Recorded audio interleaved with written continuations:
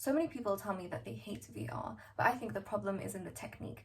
UCAT is a skill-based exam, and so you need tools and techniques to help you speed read faster, as well as retain the information and to answer these questions accurately. So that's what we'll go through today. So with answering questions accurately, I'm not going to waste my time and tell you that it's more important to look at the answers first and then the passage, because we all know that. What I am going to say is also that there is no point looking for keywords in the passage when you're not retaining any of the other information. Sometimes it's more important to, have a gauge of where the information is that you need to look for. Sometimes looking at the introductions and the conclusions is a really good gauge of seeing, okay, there is going to be the information that I need in this paragraph, so that when you go to the answers and you're looking for a certain answer, then you can find it in that paragraph. There are multiple questions per passage, so although it might not be worth completely reading the whole passage completely, but I think there are ways that you can go about this so you can hack and retain a lot more of the information of what you're reading and skim reading. That's why I always say that doing these things like skim reading, using your peripherals to read the word on the either side,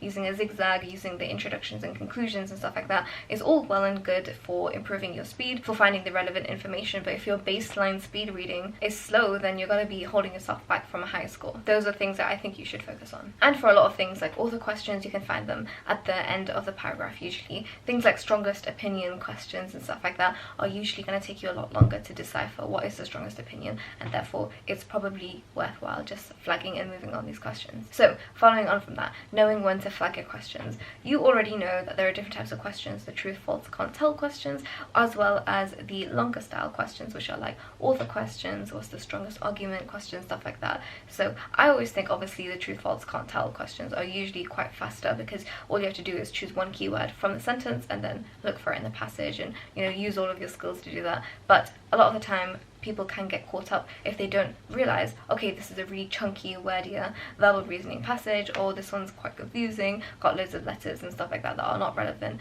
and stuff like that. So you need to also know when to flag. Even the top decile students know that they won't be able to answer every single passage and every single question. So what they do is they prioritize the questions that they think are going to be easiest and leave the other ones and guesstimate them. I talk about this a lot in my other videos as well, but within the first 5 seconds of looking at the passage, you should be able to tell, is this going to be an easy one or is it not going to be an easy one? Should I skip on it or should I carry on and try it? I think a lot of these things just come with practice though. So the more that you practice, the more that you'll get used to answering these type of questions and getting the right relevant information quickly. Make sure you're tracking your progress so you do know that you are actually improving and you're not just staying stagnant. Also on things like Medify, you can have a look at how long did you spend on this question. Did you spend longer than usual? Why did you spend longer than usual? Did you choose a bad keyword, or did you struggle to read a paragraph with lots of technical terms in it and stuff like that? So figure out why, and also keep a track of how your speed reading is going. You want to be slowly, gradually improving. So yeah, I talk about this in my other video as well, but having an ideal UCAT verbal reasoning score is really helpful because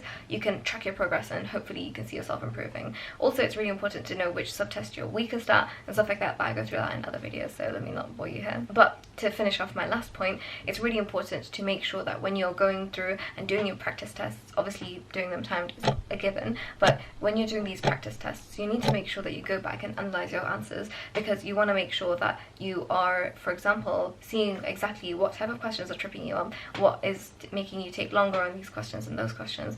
You're overall being able to target your practice and improving incrementally from there. When you've decided on an answer, I think at that point it's best to just leave it and move on. Do not spend all of your time rechecking and rechecking this answer to make sure that it's perfect, because that's wasting your time that you could be spending on other questions. Especially with educated guesses, you're never going to be completely right. You want to prioritize having a bit more time when you're going through the easy questions so that you're able to answer them with more accuracy, and at some point you're going to have to cut your losses with the harder questions and guesstimate and move on. I think timing in VR is so important, because you can waste your time away rechecking and rechecking or rereading over and stuff like that a passage when you need to be pacing yourself and knowing that, okay, at 10 minutes I need to be this many questions in and stuff like that. So make sure you're on top of your pacing and your timing. And then improving your speed reading. So I go through this in my other video, but basically there are apps out there that can help you improve your speed reading. It will check your words per minute that you're reading and stuff like that. It's really, really helpful, and I think over time you can really improve this. Even over just using it over a week, you'll see a difference. So I think it's really important just to dedicate a little bit of time